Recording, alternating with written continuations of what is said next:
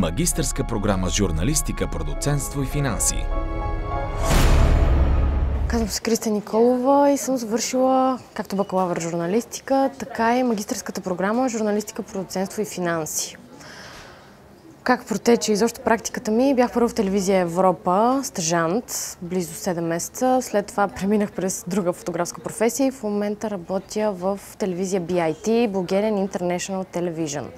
Репортер съм към новините, отразяваме актуални събития, които са за деня, или разработваме теми, които ни интересуват.